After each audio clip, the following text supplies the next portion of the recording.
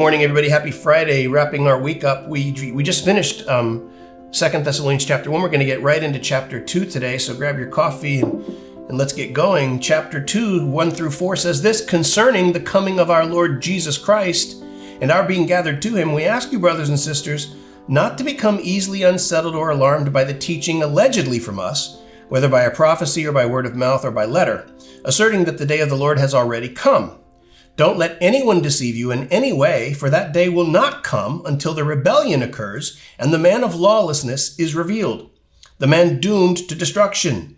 He will oppose and will exalt himself over everything that is called God or is worshipped, so that he sets himself in God's temple, proclaiming himself to be God. Now, this might be a little bit of a longer devotion, it might not, we'll see how it goes, but what we see is a verification, a validation that the Thessalonians are really struggling with this second coming idea. We're really seeing it. And Paul, you kind of sense as you read this portion, he's frustrated.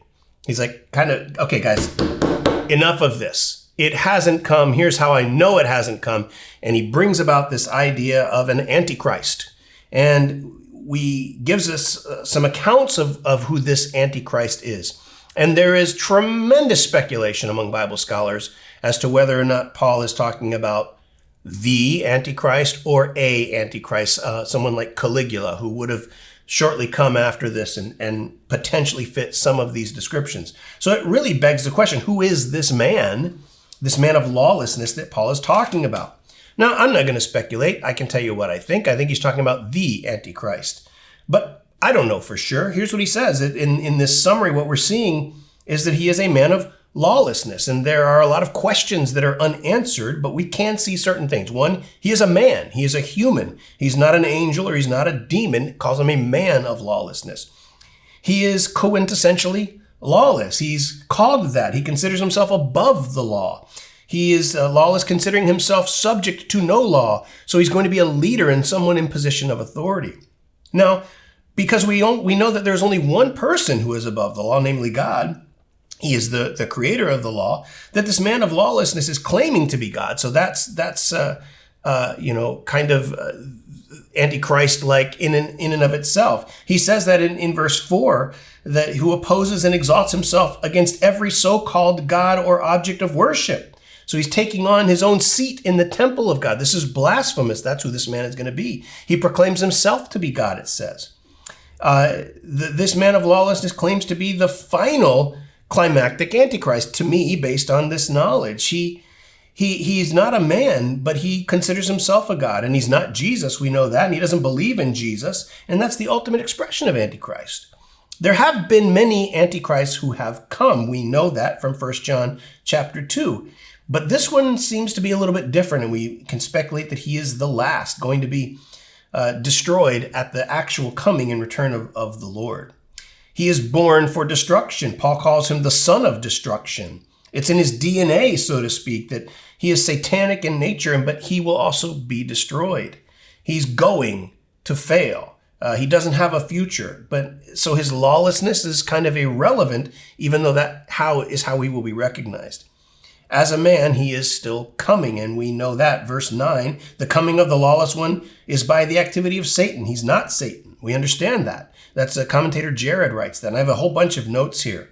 But that Satan will be the one who animates him. Satan will be the one that he is serving, and these deeds will be accomplishing Satan's purpose for him. So as a man, he will have probably an element of supernatural power. Paul calls it all power in verse 9.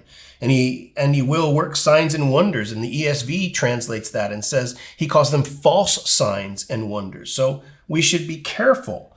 It is not anything other than potentially that. And so I think there is no real debate to me. Who he's talking about is the Antichrist, not a Antichrist. But who really knows?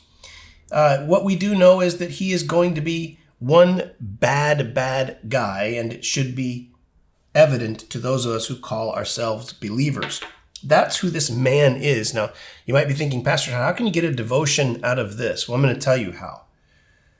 If you know God, regardless of circumstance, you will know peace. even in the times of trouble and chaos, in the times of Antichrist, should that be. And if you believe in the rapture, you won't likely have to deal with much of this. But nonetheless, that's what we think Paul is equating here. So your devotion, know God. And how do you do that? You can know him through his word, and you can know him through relationship. So whatever it is that you have in store for today, take a deep breath, get closer to God. Have some quiet time in prayer. Don't you do all the talking. Allow God to speak to you. Establish relationship. Be obedient to his will to the best of your ability. Watch what happens when you start living your life, not just with good deeds in mind, but with good relationship in mind. And so that's your devotion for the day. Be relational with the God who created you. You will know God, and you will know peace. Guys, as always, I want to remember and remind you to like, subscribe, hit the bell icon so we can be made aware every time we put out a new video. And go bless somebody else today. Go do something amazing for somebody else today. Don't expect anything in return. Watch what happens in your life. I'll see you Sunday.